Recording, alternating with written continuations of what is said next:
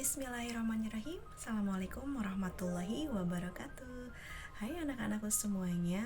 Alhamdulillah saat ini kalian sedang mengunjungi video pembelajaran materi PABP dengan elemen akhlak. Dan di materi kali ini, di sini perkenalkan Ibu Seli Resawati akan menjabarkan mengenai materi menjadi pribadi yang berintegritas dengan sifat amanah dan jujur. Baiklah anak-anakku sekalian, di sini sebelum kita masuk ke dalam materinya, Ibu akan menjabarkan terlebih dahulu tentang capaian pembelajaran dan juga tujuan pembelajarannya. Adapun capaian pembelajarannya adalah siswa dapat mendalami peran aktivitas sholat sebagai bentuk penjagaan diri dan dari segala keburukan. Dan yang kedua, peserta didik atau siswa juga memahami pentingnya verifikasi atau tabayun informasi agar terhindar dari perbuatan dusta ataupun berita palsu. Lalu untuk tujuan pembelajarannya di sini Ibu mencantumkan sebanyak 5 tujuan pembelajaran. Yang pertama, tentu memahami makna akan peran dan aktivitas sholat sebagai bentuk penjagaan diri dari perbuatan buruk. Lalu yang kedua, memahami mengetahui cara verifikasi ataupun tabayun informasi agar terhindar dari perbuatan kedustaan ataupun berita palsu. Yang ketiga, mampu menyimpulkan makna jujur dan amanah menggunakan bahasa sendiri atau bahasa peserta didik. Yang keempat, mengaplikasikan perilaku jujur dan juga amanah dalam bentuk contoh-contoh pada kehidupan sehari-hari. Dan yang kelima, mampu menyimpulkan hikmah yang terkandung dari perilaku jujur dan juga amanah dalam kehidupan sehari-hari. Oke, baiklah anak-anakku sekalian, saatnya kita tiba di inti materi. Mungkin kalian sudah sangat sering bahkan familiar dengan kata amanah, namun hanya sebatas tahu kata amanah tanpa tahu makna dari amanah. Dan di sini Ibu berharap setelah kalian menonton video ini, kalian mampu memahami nih makna amanah itu sendiri. Baik, langsung aja. Sudah ada dalam materi di sini, tapi di sini akan Ibu sampaikan juga apa itu amanah. Amanah secara etimologis atau kebahasaan atau lugawi itu berasal dari bahasa Arab, bentuk masdar dari amina amanatan yang artinya jujur atau dapat dipercaya. Tetapi secara terminologis atau istilah atau penjabaran yang sangat luasnya atau yang lebih luasnya adalah menyampaikan hak apa saja kepada orang yang berhak ataupun kepada pemiliknya tanpa mengurangi atau tanpa menambahkan, baik itu berupa harga ataupun berupa jasa. Jadi intinya amanah itu menjalankan apa yang sudah menjadi tugas kita. Bahkan dalam amanah tersendiri itu, untuk orang yang menjalankan amanah itu dapat dikategorikan atau disebutkan sebagai orang yang bertanggung jawab. Dan sebaliknya, untuk orang yang tidak amanah dapat dikatakan sebagai orang yang tidak bertanggung jawab.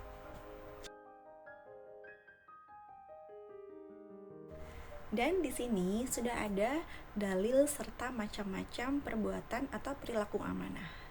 Allah menjabarkan dalam Quran surat Al-Anfal surat ke-8 ayat 27 yang memiliki arti, "Wahai orang-orang yang beriman, janganlah kamu mengkhianati Allah dan janganlah kamu mengkhianati Rasul, dan jangan pula kamu mengkhianati amanat yang dipercayakan kepadamu sedangkan kamu mengetahui." Artinya, di sini sudah sangat Allah jelaskan bahwa kita sebagai umat manusia tidak boleh menjadi orang yang berkhianat. Karena secara tidak langsung dalam makna ini, amanah itu memiliki antonim atau lawan kata yaitu adalah khianat. Artinya, kita sebagai seorang muslim yang memiliki pedoman hidup yaitu Al-Quran, kita harus memahami makna ini bahwa kita harus menjadi orang yang amanah dan tidak boleh berkhianat sedangkan kita mengetahui. Sebagai gambaran secara rincinya bahwa kita itu mudahnya tidak boleh menjadi orang yang mengingkari atau berkhianat, maka itu dapat dikategorikan sebagai orang yang tidak amanah atau tidak bertanggung jawab.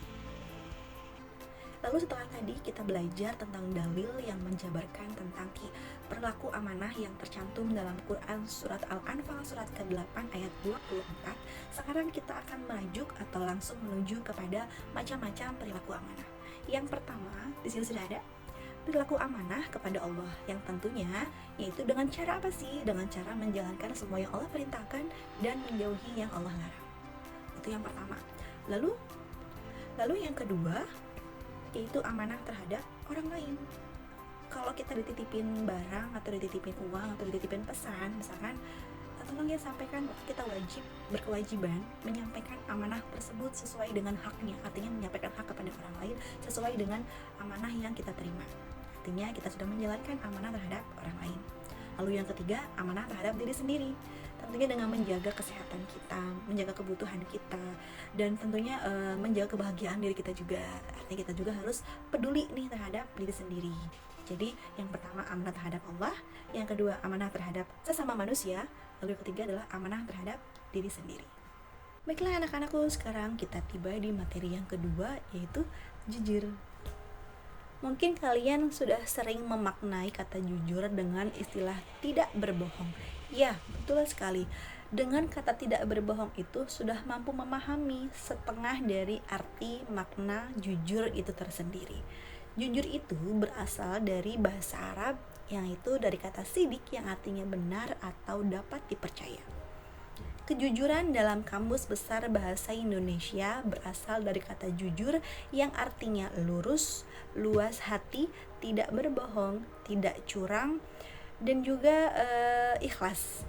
Artinya secara tidak langsung dapat diartikan sebagai perilaku yang sesuai antara ucapan dengan perbuatan dan antara informasi juga dengan kenyataan, sehingga menghasilkan ketegasan dan kemantapan perbuatan yang tidak dicampuri dengan kedustaan atau kebohongan.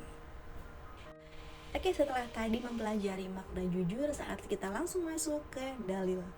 Sudah ada di sini. Di sini akan Ibu sampaikan ulang ya.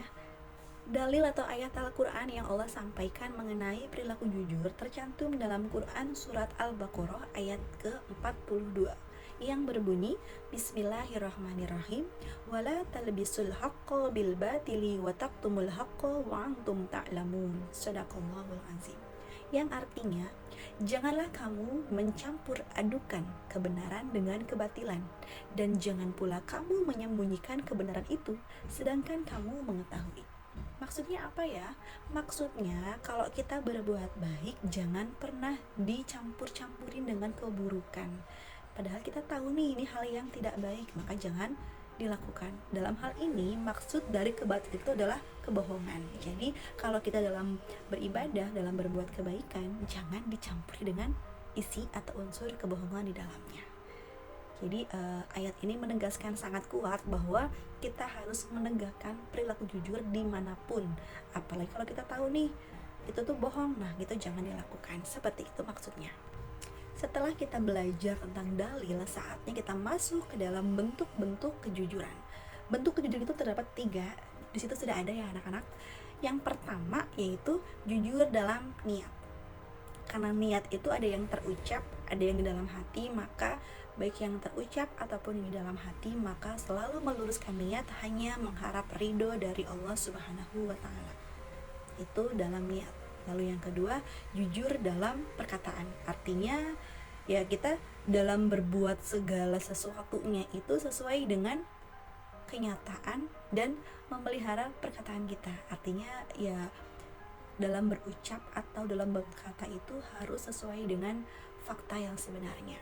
Lalu yang ketiga, jujur dalam perbuatan atau dalam bentuk ya, contohnya misalkan kita beramal dengan sungguh-sungguh, kemudian sehingga perbuatan yang dilakukan kita itu adalah sesuai gitu dengan yang ada dalam hati kita, anak-anak. Jadi bentuk jujur itu bukan hanya kita mengucapkan sesuatu dengan benar saja karena rasa takut, tapi semata-mata hanya mengharap ridho dari Allah. Dan Ibu ulang lagi bahwa jujur atau bentuk kejujuran itu adalah 3. Yang pertama, jujur dalam niat, jujur dalam perkataan, dan jujur dalam perbuatan. Nah, gimana? Sudah ada gambaran? Kalau begitu, sekarang saatnya Ibu akan menjabarkan terlebih dahulu tentang hikmah-hikmah dari perilaku amanah dan juga jujur. Tentunya perilaku kebaikan itu pasti akan berdampak kebaikan, termasuk hikmahnya. Dan hikmah dari berperilaku amanah itu sudah pasti yang pertama mendapatkan kepercayaan yang sangat besar, kemudian dicintai dan dihargai oleh orang lain, lalu yang terakhir akan mendapatkan hidup yang berkah dan juga bahagia. Lalu yang kedua mengenai hikmah dari berperilaku jujur, sudah pasti akan timbul rasa percaya diri dan juga keberanian karena sudah berani berperilaku jujur. Lalu yang kedua, tidak merasa terbebani karena orang yang berbuat jujur itu akan merasa jauh lebih tenang. Lalu akan mendapatkan teman yang banyak dan disenangi banyak orang, dan tentunya akan mendapatkan pahala juga dari Allah Subhanahu wa Ta'ala. Tiba di penghujung materi pada hari ini, Ibu ucapkan terima kasih. Semoga ada manfaat yang bisa diambil. Kita ketemu di video pembelajaran pada yang berikutnya. Assalamualaikum warahmatullahi wabarakatuh.